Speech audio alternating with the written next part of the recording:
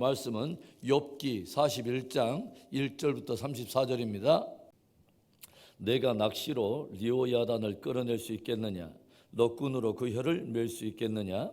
너는 밧줄로 그 코를 꿰 수 있겠느냐? 갈고리로 그 아가미를 꿰 수 있겠느냐?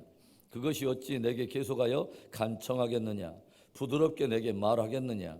어찌 그것이 너와 계약을 맺고 너는 그를 영원히 종으로 삼겠느냐? 내가 어찌 그것을 새를 가지고 놀듯 하겠으며 내 여종들을 위하여 그것을 메어두겠느냐? 어찌 장사꾼들이 그것을 놓고 거래하겠으며 상인들이 그것을 나누어 가지겠느냐? 내가 능히 많은 창으로 그 가죽을 찌르거나 작사를 그 머리에 꽂을 수 있겠느냐? 내 손을 그것에게 얹어보라. 다시는 싸울 생각을 못하리라.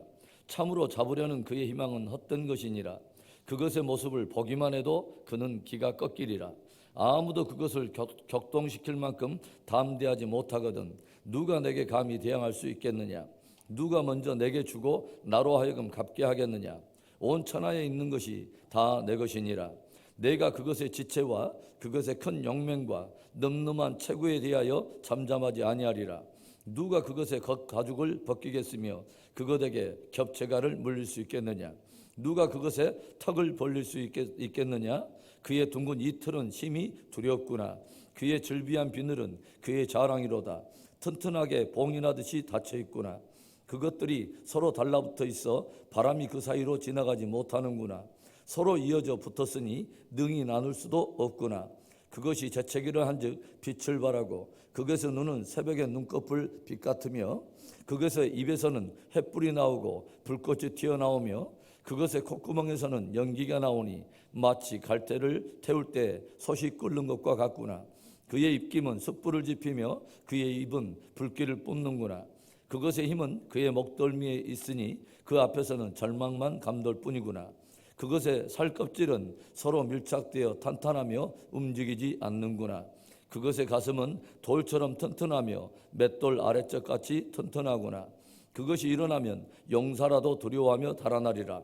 칼이 그에게 꽂혀도 소용이 없고 창이나 투창이나 화살촉도 꽂히지 못하는구나. 그것이 쇠를 지푸라기같이 놋을 썩은 나무같이 여기니 화살이라도 그것을 물리치지 못하겠고 물맷돌도 그것에게는 겨같이 되는구나. 그것은 몽둥이도 지푸라기같이 여기고 창이 날아오는 소리를 우습게 여기며 그것의 아래쪽에는 날카로운 토기그 조각 같은 것이 달려있고 그것이 지나갈 때는 진흙바닥에 도리깨로 친 자국을 남기는구나. 깊은 물을 솥에 물이 끓음 같게 하며 바다를 기름병같이 다루는도다. 그것의 뒤에서 빛나는 물줄기가 나오니 그는 깊은 바다를 백발로 만드는구나. 세상에는 그것과 비할 것이 없으니 그것은 두려움이 없는 것으로 지음받았구나. 그것은 모든 높은 자를 내려다보며 모든 교만한 자들에게 군림하는 왕이니라. 하나님을 바라보는 우리의 믿음의 인식에는 균형이 있어야 합니다. 하나님은 심판과 공의의 하나님이면서 동시에 은혜와 사랑의 하나님이신 것입니다. 우리들이 하나님을 바라볼 때 하나님의 공의와 심판에만 초점을 맞추게 되면 우리 안에는 계속 두려운 하나님의 이미지가 새겨지고 하나님과 우리들의 관계는 늘 수직적인 주종의 관계가 되면서 깊은 친밀함을 누리기가 쉽지 않게 된다고 하는 것이죠. 반대로 우리들이 하나님을 또 바라볼 때 하나님의 은혜와 사랑에만 너무 또 그렇게 초점을 맞추면 하나님을 자칫 가볍게 여기면서 그 하나님은 나만을 위해서 존재해야 한다고 생각하고 자칫 주권이 바뀌어버린 기형적인 신앙으로 변질되기 쉽다고 하는 것입니다. 그래서 우리들이 하나님을 바라보는 인식에는 늘 공의와 심판의 하나님이면서 동시에 또 은혜와 사랑의 하나님이라고 하는 인식의 균형이 필요하다고 하는 것입니다. 자신의 당한 고난에 몰입하면서 어느덧 하나님을 향해서 쓴뿌리가 일어나 나름 지금까지 하나님 앞에 의를 지켜온 자기에게 하나님이 고난을 허락하셨다고 하는 것에 대해 회의적인 의문을 품고서 하나님께 항변하고 있는 욥.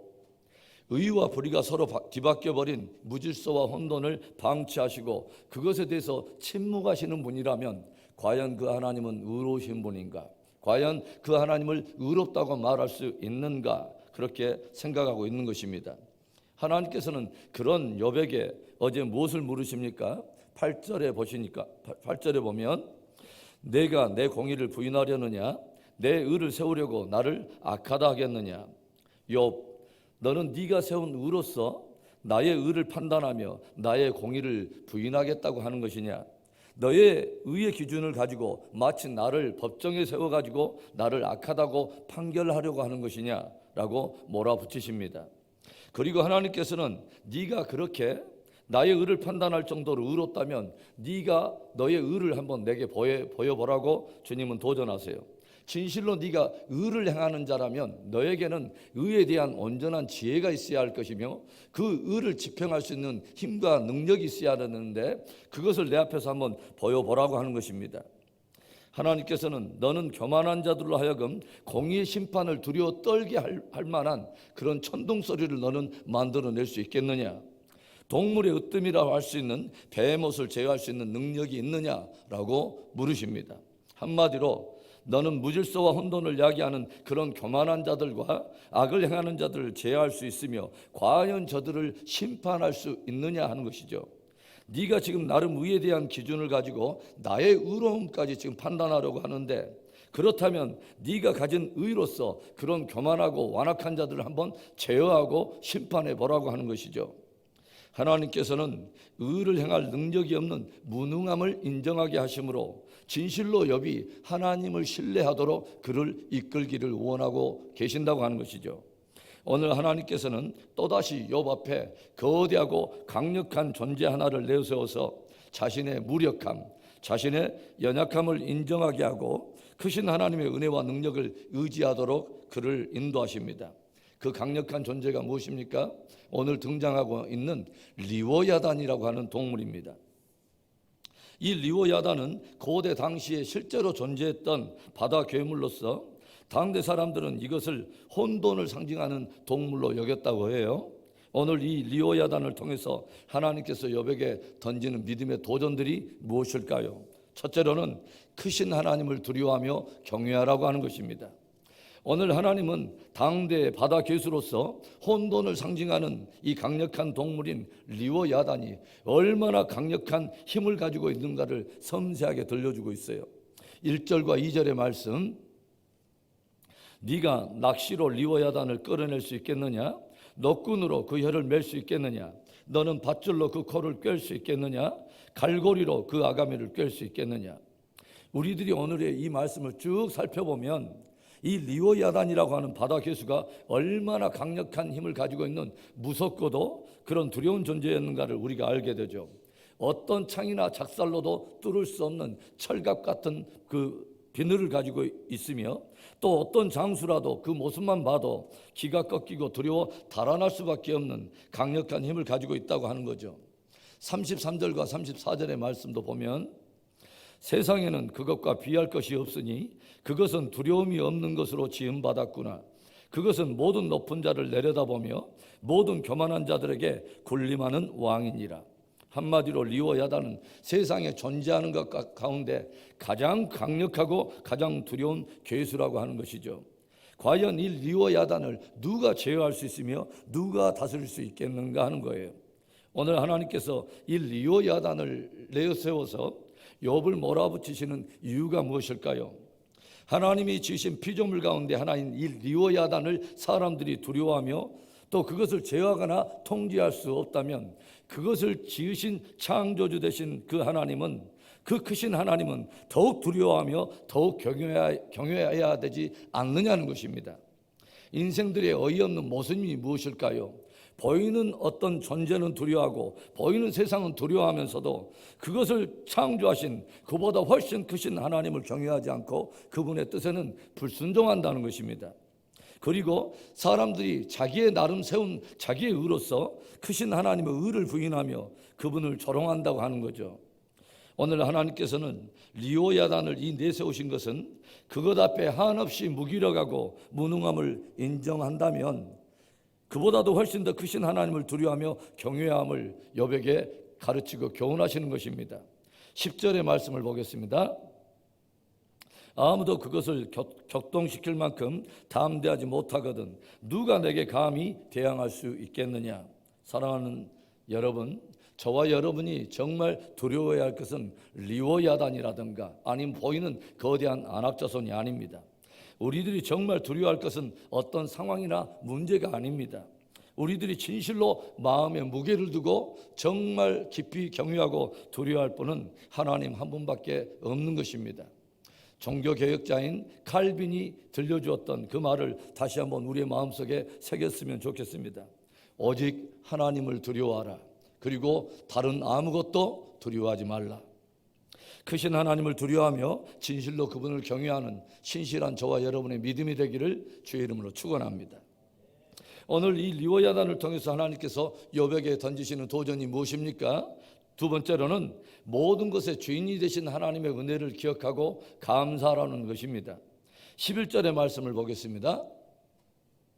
누가 먼저 내게 주고 나로 하여금 갚게 하겠느냐? 온 천하에 있는 것이 다 내 것이니라. 오늘 하나님께서는 리워야단이 가지고 있는 신체적인 특징들을 아주 섬세하게 들려주고 있어요.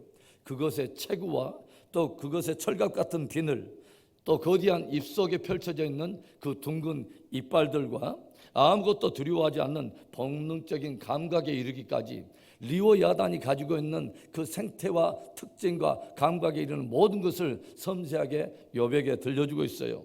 그 이유가 무엇일까요?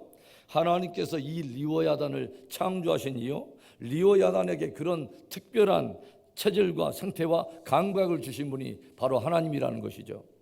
제가 하나님의 창조 역사를 종종 여러분에게 설명할 때에 존재하는 모든 것들은 존재 그 자체로서 자기를 지으신 일을 증거하고 있다고 말씀을 드린 적이 있어요.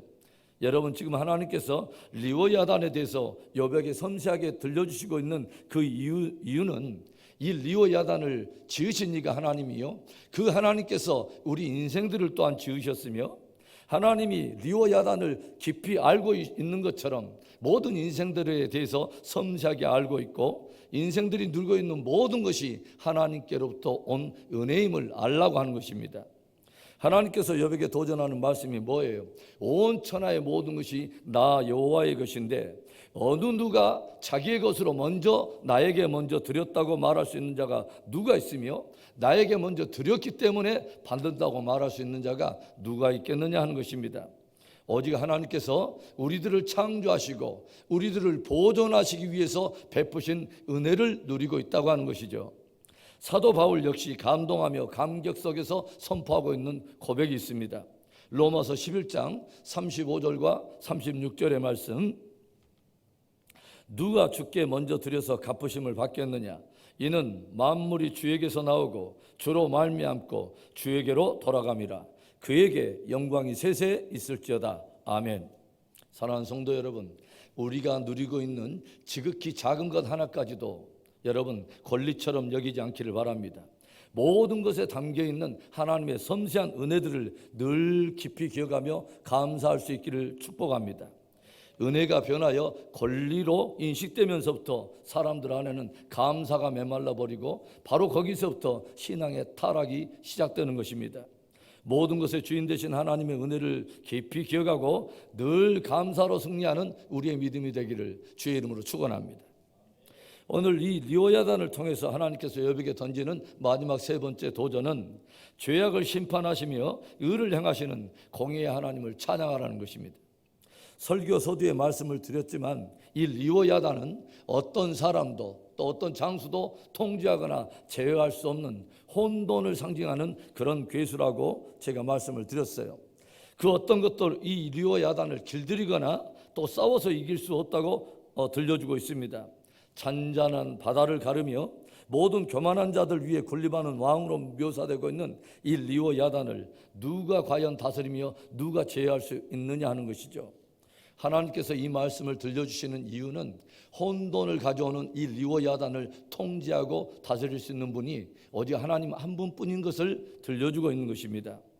창조의 세계 안에서 질서와 조화를 깨뜨려버리는 모든 혼돈의 세력, 교만한 악의 세력들을 심판하며 참된 공의를 집행하실 수 있는 분이 오직 하나님 한 분이라는 것을 리워야단을 빗대어서 주님이 가르치고 계신다고 하는 것이죠. 창조의 세계 안에서 인생들을 미혹하여 그 위에 왕노릇하면서 인생들을 사망과 지옥으로 이끌고 가려고 하는 사단의 세력을 깨버리고 참된 공의를 드러내실 수 있는 분이 바로 하나님 한 분밖에 없다고 하는 것이죠. 우리들의 모든 죄악을 십자가에서 그 아들의 피로 심판하시고 이제는 그 속죄의 은총을 우리에게 베풀어 주셔서 우리에게 그분의 의의 옷을 입히시는 분이 하나님이십니다. 죄악을 심판하시고 의를 행하시는 공의의 하나님을 찬양하는 저와 여러분이 되기를 축복합니다. 사랑하는 성도 여러분, 우리들이 진짜 주목하고 두려워해야 할 분은 리워야단이나 보이는 세상이 아닙니다. 오직 크신 하나님을 두려워하며 그분을 경외해야 하는 것입니다. 우리가 오늘 누리고 있는 모든 것이 스스로에게 시작된 것이 하나도 없습니다. 모든 것이 우리를 보존해 주시는, 보호하시는 하나님의 은혜라고 하는 것이죠. 늘 하나님의 은혜를 기억하고 감사하는 우리의 신앙이 되기를 바랍니다. 그리고 그 하나님이 죄악을 심판하시고 참된 의를 행하시는 공의의 하나님이라는 것을 기억하면서 늘 그분을 경외함으로 찬양할 수 있는 우리의 믿음과 삶이 되기를 주의 이름으로 축원합니다.